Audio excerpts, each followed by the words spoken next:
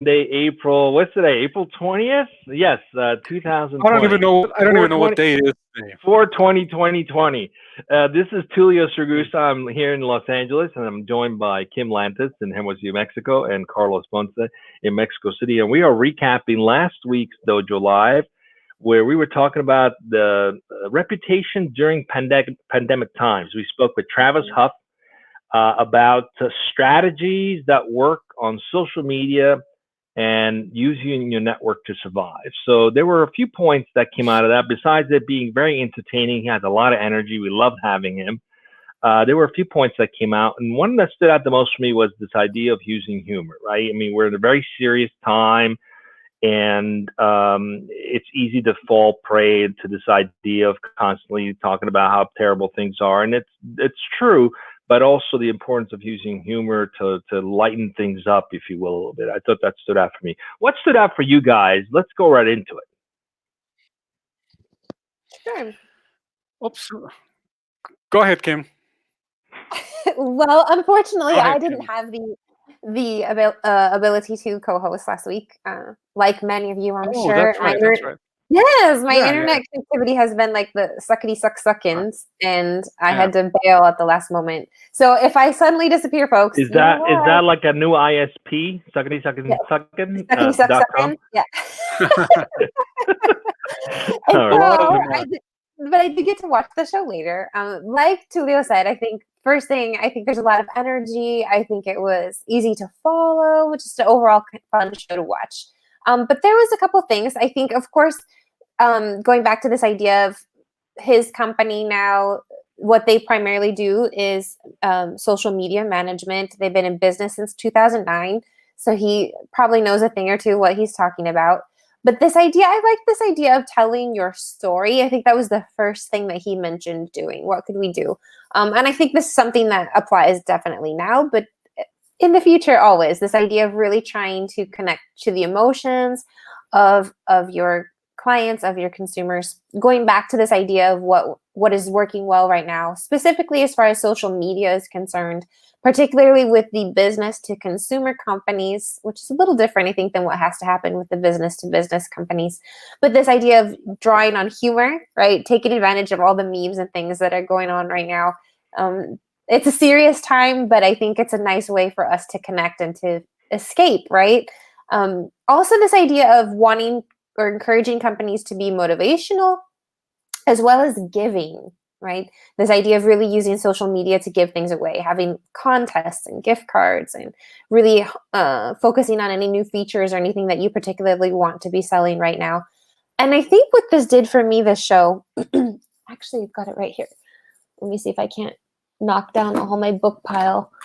It reminded me a lot of this book going on right now. Can you see it, guys? Oh, absolutely. Peak Yeah. by Chip Connolly, right? And the motivation of his book was actually the 2008, I think, when we're experiencing economic crisis like today. And this idea of one of the things that many companies want to do right now is cut expenses and just, I think Travis talked a lot about this idea of cutting expenses, but he mentioned something that was really important. He said, except for your team.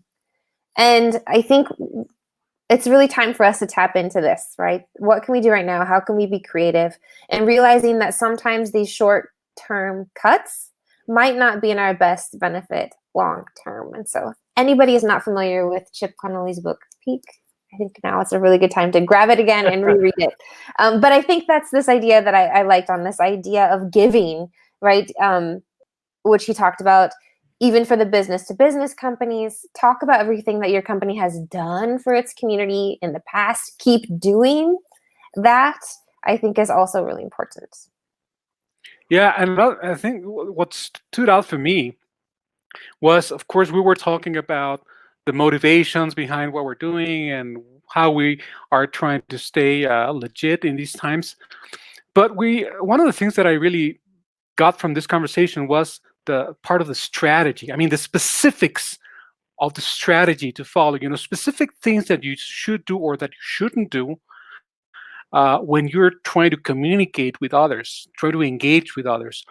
So, for example, one of them was actually I was telling Ruben before we went live that this is one of the things that stuck with me the most because I'm actually doing it. He said specifically, when you send out emails, for example, don't use links on the first touch email. And there is a specific reason for that. First of all, security concerns. We're getting hit by a lot of bad things out there on the web. So a lot of folks are simply not opening emails when they see a link. Number one. The second is that you don't really come across as legit when you send out a bunch of emails or even one email with a bunch of links. Sounds phony. We discussed that too. So bottom line, Travis said specifically, don't use links. And folks, honestly, I took that advice. I'm sending out emails that are short in nature, that are personalized, that are specific, and I'm not using emails. I'm trying to make to make a really meaningful, true connection. So that's what stood out for me the most, the most important things besides other things. So, and I got more, but what about you, Tulio? What stood out for you? I thought that's actually great advice too, even on social media postings, especially on LinkedIn. They recommend don't put a link on the actual posting, put it on the message. On the comments. So that does something to the algorithm. I think what I really liked is this idea of also giving as much as you can away. Do promotional giveaways. Let customers know that you're going to be around when this is all said and done.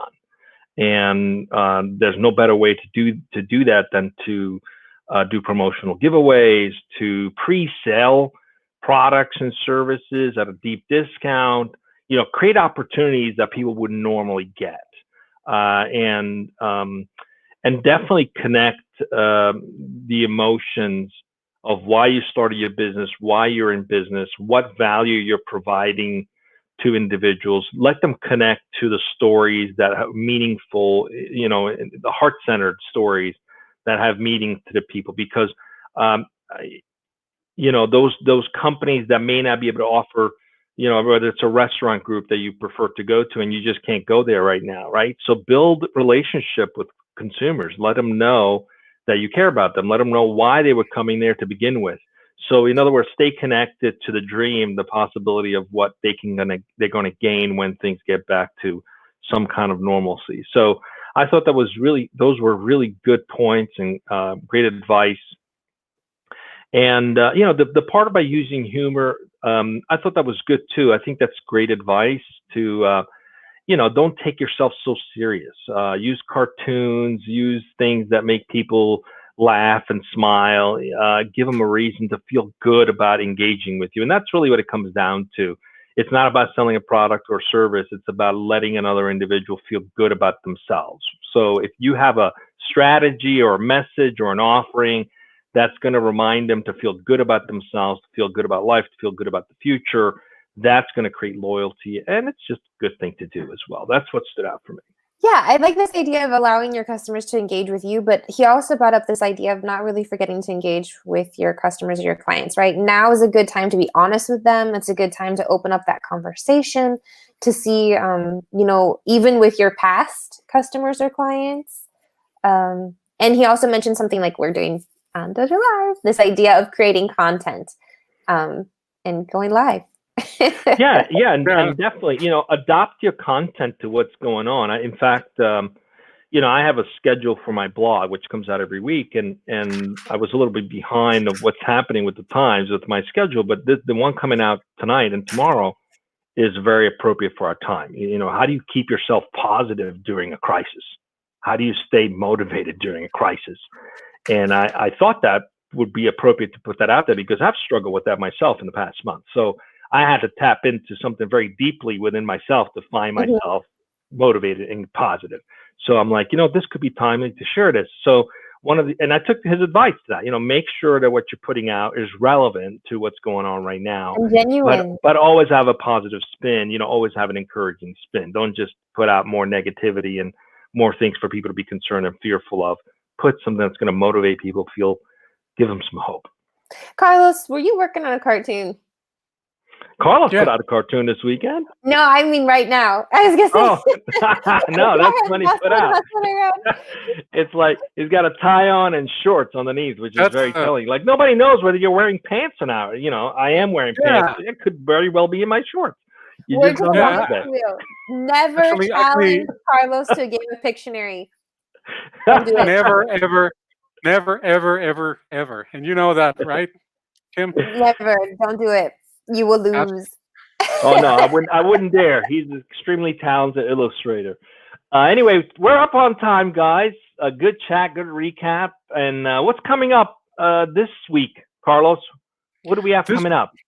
Absolutely. Is it Tuesday, Wednesday? I'm losing track of No, days. actually, it's going to be on. Hold on one second. I need to double check because I believe that it's because we're doing two, as you know, right? So, but this week, let's see. It's going to be. Hold on one second, guys. I wish my connection were a little bit faster. Upcoming. Okay, here it is. Today, well, this week we're going to be having a conversation, ladies and gentlemen, with Ellis Wims. Ellis Wims is, well, he was, I think he was part of the Tampa Bay Buccaneers. He's a football Yeah, player. he's an NFL guy. Yeah, he's our guy for this week. We're going to be having a conversation with Ellis Wims, not exactly about football, because he is also tech entrepreneur, if I recall correctly. He is the founder of Athletes for Computer Science. He's the founder of Athletes for Computer Science. So, if you're an American football enthusiast, you know, he's your man.